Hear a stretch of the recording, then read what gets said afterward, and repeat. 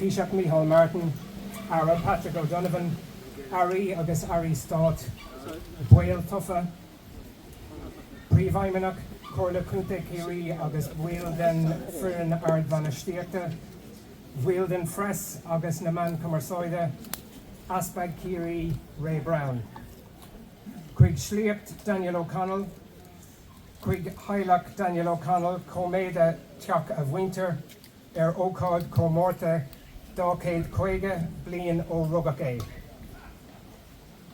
Caherciveen of Kerry County Council, Councillor Micheál Foley. Caherciveen of the Municipal District of Kenmare, Councillor Norma Moriarty.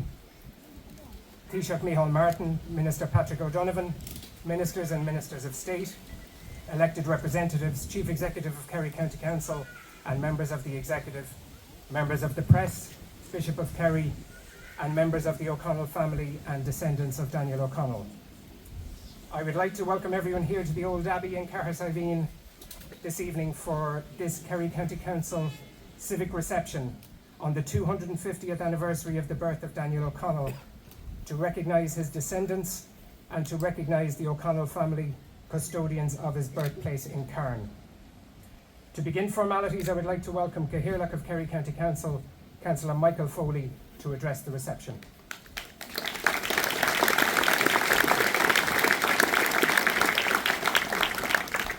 Taoiseach Micheál Martin, Minister Patrick O'Donovan, Ministers, Oireachtas members, Caherciveen of Kenmare Municipal District, elected representatives, Chief Executive of Kerry County Council, Frank O'Reilly, and members of the Executive, esteemed members of the O'Connell family and descendants of Daniel O'Connell, distinguished guests, friends and people of Kerry.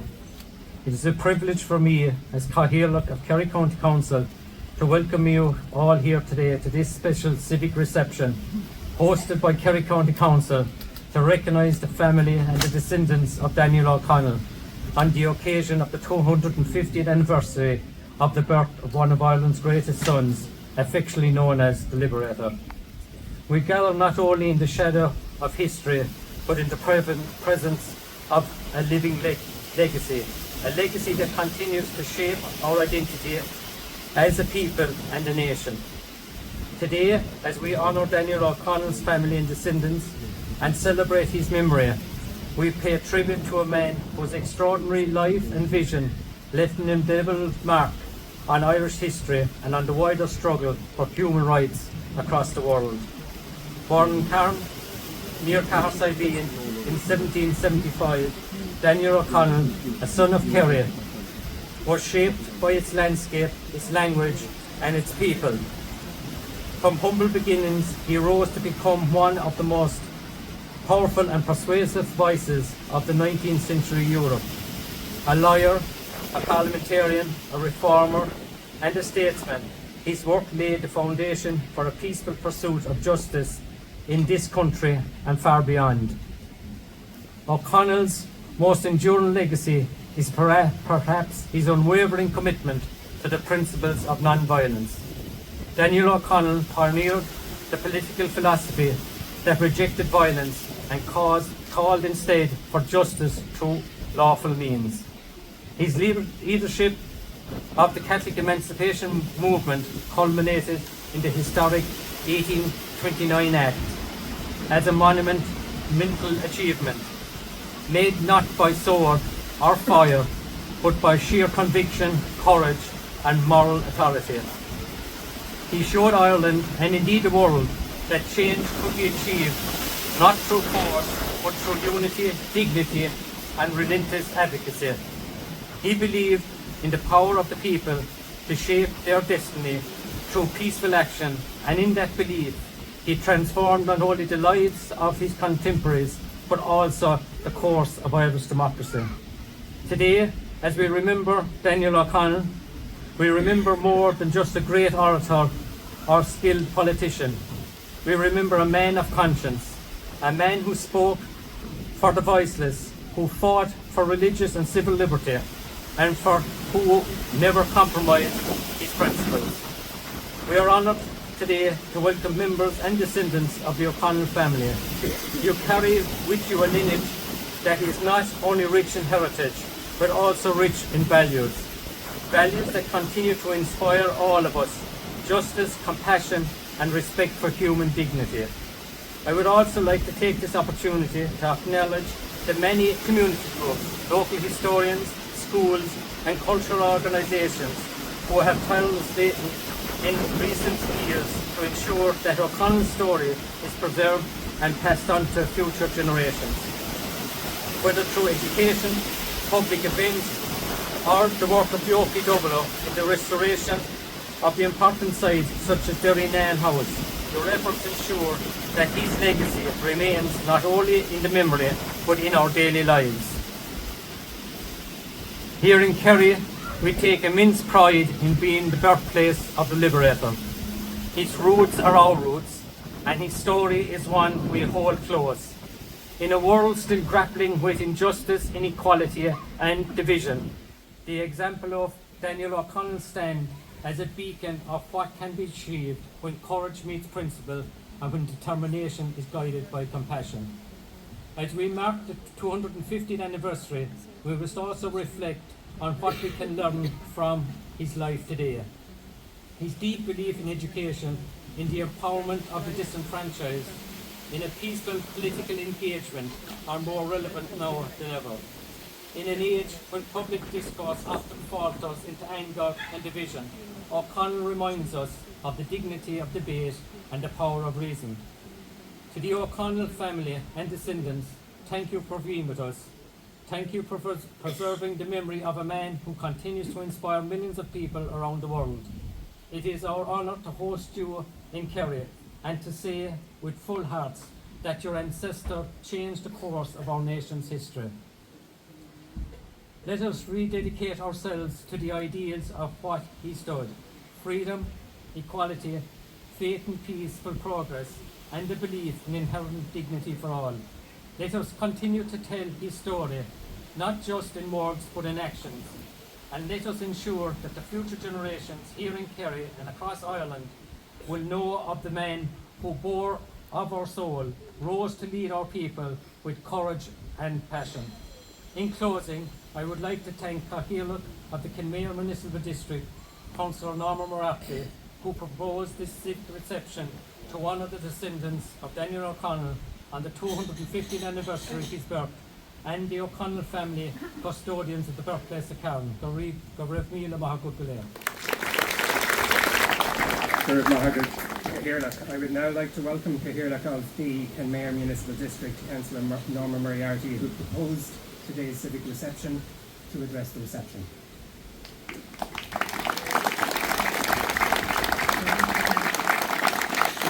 I was very pleased and very delighted to be in a position where I could propose a civic reception.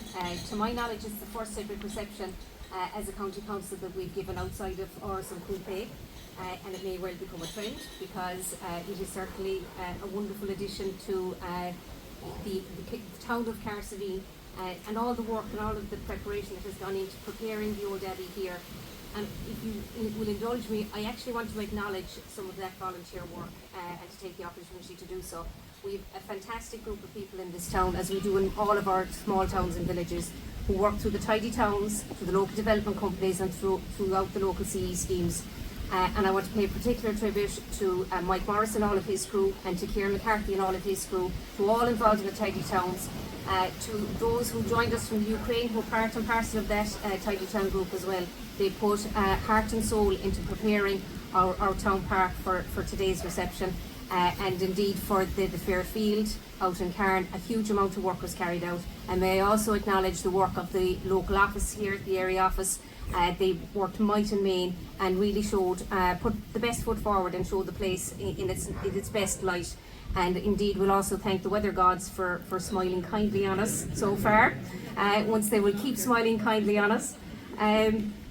Daniel O'Connell, as a local representative, it was, as I said, my honour to do this. But those of you who know me know that I also taught history for a number of years, and I was very fortunate to be obviously a student of history, which brought me to that point. Some of my old teachers in primary school and secondary school are in the audience here. They instilled in me a great sense of pride in place, but also pride around Daniel O'Connell and the movement that Daniel O'Connell brought to the forefront. And I often to get the opportunity, thankfully, when I am speaking. There are times up in O'Connell Centre when we're talking graduation ceremonies, back at Cllr, when we're talking to groups of students, where we get to remind those younger generations of what the greatest Irish person that ever lived walked these streets, climbed those mountains, rowed boats in those waters, traversed the hills with beagle hunting and so on.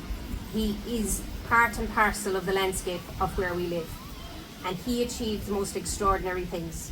His breadth of vision was not curtailed by any sense of being peripheral, in the southwest of an island, at the edge of Europe. There was no sense of peripherality in his vision. His breadth of vision was extraordinary. You could easily say a man way ahead of his time, and we should, at every opportunity that we should get, we should take inspiration from that, and we should lean into what he did and remember his attitude and remember the campaigns that he was to the forefront of, and know in our hearts and souls that violence is never the right course of action. It might be the tempting course of action, and no doubt there'll be provocations at times, but now more than ever we should understand and we should believe that the best way forward is finding solutions through politics, through democracy, through debate and discussion. And so much of that debate and discussion has been coarsened in many parts because of the ill effects of social media. And it is all of our responsibility. We all have an obligation to regain that respectful discourse. We do not have to agree. In fact, it would be an unhealthy democracy if we all agreed. There are people here of very, differing opinions, differing parties, differing politics.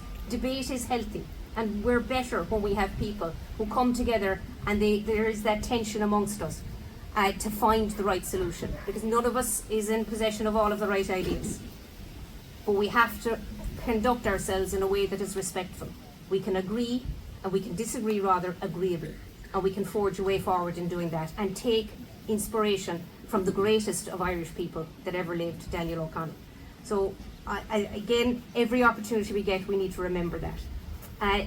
In proposing the civic reception, it was very important that we acknowledge the O'Connell family, and it was very important that we acknowledge the great work that is being done in terms of his place of birth. Because again, over the course of time, Durreenan has been to the fore and has been synonymous with Daniel O'Connell, and we in the southwest of Caherciveen and Cairn felt that maybe it was moving a little bit too further south. So there was a little bit of redrawing of the boundaries, as it were, bringing people's focus back to Caherciveen and the surrounds, and that was part of what we were trying to achieve here. So this is his place of birth. That will never change. This is where Daniel O'Connell was born, and how proud we are of it. And we want to acknowledge that and celebrate that. And this is the first in what will be a series of commemorations. So we certainly hope, and we want to achieve things with those commemorations as well. We want to see some of the great monuments and buildings associated with Daniel and his family. We want to see them conserved and preserved. We want to see them developed in such a way as they can become better civic spaces in the years to come. And those who are sitting behind me and indeed in front of me know that there'll be funding requests on foot of those things. So we're just setting the ground, letting you know where the requests will come from. But again, and I just wanted to, and I was reminded of something else here, because the selflessness of people.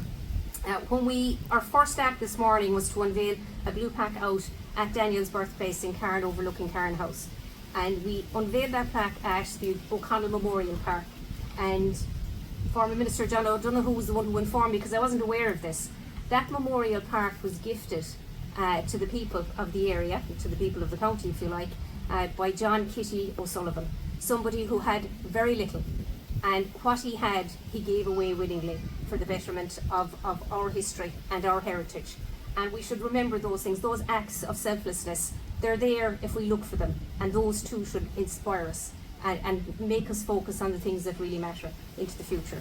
So I didn't intend to go on as long as I did, but when I start talking about history, it does get me going. So to that end, I'm going to conclude my remarks and hand back over to Alan. But I'm really delighted to see so many people here, and I do want to please remember the volunteer effort that went into bringing today together, and everybody working together. It was really. It was very, very positive. I do actually also want to acknowledge our new CE, Fergal Reedy, because when I went to Fergal many months ago with the committee's request, I got the best answer I ever got when I went requesting funding in my life. I was told I was going to get more than I had originally asked for. So let that be a sign of the future to come as well.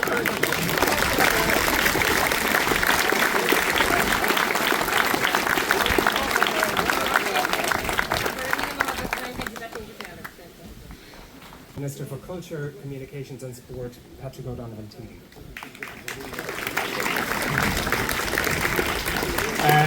Good Margaret, a Hishig, a Caherciveen, a Riviatis, Cllr Kunde, Green Usle, Aspukiri, August Caherciveen, Lupton Fuglas, and Valjishom, Mila Weekes, as Upton Chance, Couple of Fugler, or no card special to Shin, and we meet Cllr, Lekele, Arugok, Donald Lecunnell. I'm delighted to be here, and I want to acknowledge all the public representatives, the Bishop as well, and to say that, you know, there's no greater honour than a county can bestow under the Local Government Acts in Ireland than that of a civic reception. It's 250 years since the birth of Daniel O'Connell. You mightn't have done things in a hurry, but 250 years later, it is a fantastic, I think, source of occasion. The Kerry County Council are bestowing on the O'Connell family what is quite rightfully and quite justifiably deserved a civic reception from the members of Kerry County Council, and on my own behalf and on behalf of my department who have supported today's event. Can I congratulate Norma and the other councillors for taking the initiative to do this in his hometown. We've had the official state commemoration out in Derrynane a while ago, hosted by the Office of Public Works and my own department, but this is a very important part of commemoration where the community really are the leaders of what it is that we're trying to remember and what it is that we're trying to commemorate. And I take a bit of a personal interest in this for more than one reason. I grew up, as I said a while ago, out in Derrynane, having a huge admiration for Daniel O'Connell. But I have a connection to this place as well because my great-grandfather, Micheál, worked here in the railway in Caherciveen and Renard. He lost his leg shunting a train in Cork. He was moved here, and after a while a railway gates, my grandmother was born here in South Kerry, and after a while a railway gates came up in Limerick, and he wound up there. And as the Taoiseach knows, my mother's half of the family were strong Fianna Fáil supporters, so only for the grace of God that a set of railway gates came up in Newcastle West, I might be in a different position. But anyway, so I always, every time I come down here, and I was, you know, Iarara na Gaeltachta freshen, agus the Cametresha own, an seo nuair a bhí a baile servishi na Gaeltachta an seo Caherciveen, and I have a special connection to this place, and I always feel very, very welcome here. And I want to thank the people of Caherciveen and the local community especially for doing what is right today by immortalising really for the next generation, because for too long I think you know, Daniel O'Connell's memory hasn't been really given the place that it deserves in Irish history and lexicon and in popular culture. Young people, you know, around the country are looking at streets here, there, and everywhere called O'Connell streets. For some of them it may very well be after a hurler or a footballer, because what's taught about Daniel O'Connell, to be quite honest about it, isn't enough, given what he achieved and given the Ireland that he grew up in. As I said a while ago down in Derrynane, he grew up in a time and was born into a time where that if you were born into the Catholic Church, you couldn't go to school, you couldn't be educated, and the only way you could be educated is if your family were wealthy enough to send you to France. And he died at a time when Ireland was plunged into famine, and when 2 million people were either wiped out due to hunger and starvation, or they were forced to leave the country. So he saw a tumultuous change, and he led most of it. And it is so important that amongst his own local people, amongst the people from whom he came, and that the greatest honour that can be bestowed upon anybody by a county 250 years later is a civic reception. And I'm delighted as Minister with responsibility for the commemorations to be here today for that. We've obviously a hectic agenda, and over the last number of years several ministers have led different elements of commemoration, and some of them have been difficult and they've been sensitive, but at the core of all of them has been the need to have a community engagement led by the local authorities. And I want to thank Kerry County Council for that as well, because they've had to deal with some sensitive issues here in the county with regard to commemoration, but they've always dealt with them inclusively and sensitively to the needs of people. They haven't sought to rewrite history, they haven't sought to interpret history, they've just presented it. And over the next number of years we have another number of ones that we will be leading out on, including the fire in Cllr in 1926 that claimed the largest number of lights ever in a single event up until the Stardust, and as well as that, the 250th anniversary of the foundation of the United States of America, which gave really the impetus for so much here in Ireland that we as Irish nationalists could aspire to having our own self-determination and our own government. And look, when we look at the life of Daniel O'Connell and his vision and his ideals, it isn't just through the lens of what he achieved in terms of religious and Catholic emancipation, which was a civil right. It was also in terms of the hope that he gave so many other people around the world, and for which his philosophy is still as important today as it was 200 years ago. Because if it wasn't for the likes of him, if it wasn't for his monster meetings, if it wasn't for his absolute determination and his utter commitment to politics purely by peaceful means, would we have travelled the road that we have travelled in the intervening 250 years? As the Taoiseach said earlier, it's very difficult to look back in hindsight, with the view of today and with the fortunate capacity of today as to what would Daniel O'Connell think of Ireland today.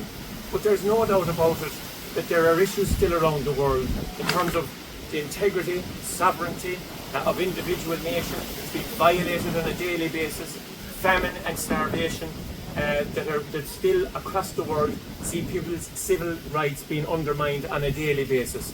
So he probably would in 2025 say, we have come a long way, but there's another journey that we have to go. And I think that a small, independent, sovereign Ireland with its own independent values, free of colonialism, with its own views and its rights amongst the nations of the world, is capable of articulating now the values of O'Connell in a totally different way. And I know that this weekend gives an opportunity here in South Kerry to do it. People in Cllr will also be doing it. They've claimed him as well. They elected him to the House of Commons. They vetoed it, but you'll have to accept it. And there are places as well around the world that will be commemorating Daniel O'Connell's contribution to global democracy, especially in the United States of America, where his friendship with Frederick Douglass was really a lightning rod for what became the anti-slavery movement. And his decision in the halls of Westminster not to shake hands with the United States ambassador to Britain at the time, because in his words, he was a slave breeder, caused consternation, not only in Parliament and in London and Washington, but all over the world, that an Irish member of Parliament refused to shake the hand of somebody who condoned and engaged and profiteered from slavery. His final act before he died, with his heart to Rome and his body to Glasnevin, something that he helped establish, because there was no fitting resting place, remember, in Dublin at the time of O'Connell for Catholics. It just simply wasn't allowed. He begged the British, as I said earlier, to do something about the famine. And his plea fell on deaf ears. And we know that now. And the whataboutery and what-ifery that might be established had Daniel O'Connell achieved his ultimate ambition, which was home rule for Ireland, is now consigned to just historic debate. But it is something worth pondering on. What would have happened to Ireland? But what we do know is that his achievements up until 1847, when he was taken from this world, were immense. His contribution to Irish life, his maintaining of the ability for people to have religious freedom, to be able to assemble freely and to be able to worship freely, whatever their God or whoever their God, resonates today as much as it did when he passed away in 1847. I'm a huge fan of Daniel O'Connell. I always have been. And I'm delighted that Kerry County Council are doing what they're doing here today, bestowing a civic reception on his family. And to his family, to all of his neighbours, to his descendants, to everybody who came after him. But more importantly, as Norma said a while ago, to the men and women who have the courage to put their names on ballot papers and use exclusively peaceful means to articulate their point of view in politics in Ireland today, you are walking in the footsteps of Daniel O'Connell, and his legacy walks with you. Address the gathering, Taoiseach Micheál Martin.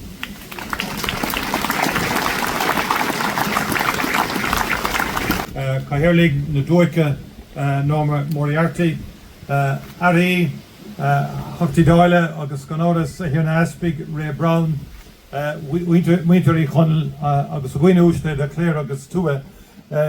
On this day, it's important that we, as a modern European democracy, gather to commemorate the birth of one of the greatest figures in our history. It is right that we come here to acknowledge the deep importance of his commitment to not just the freedom of his religion and people, but the freedom of people of all faiths and none, wherever they were. Daniel O'Connell is unquestionably one of the most important leaders in the modern history of religious freedom here and throughout Europe.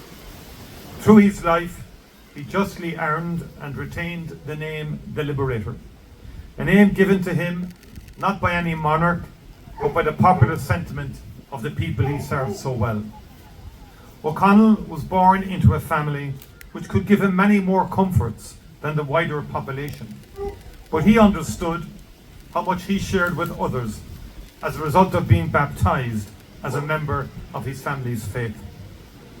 To modern sentiments, the penal laws may sound abstract and distant, but it is important to remember just how deeply they affected the Irish people. The laws against Catholics and Catholicism were imposed throughout the land in the decades following the victory of King William. Where previous centuries had been defined with widespread dispossession, these new laws made the 18th century a time where there was a concerted effort to weaken and destroy Catholic influence in professional and personal realms. Their scope was dramatic.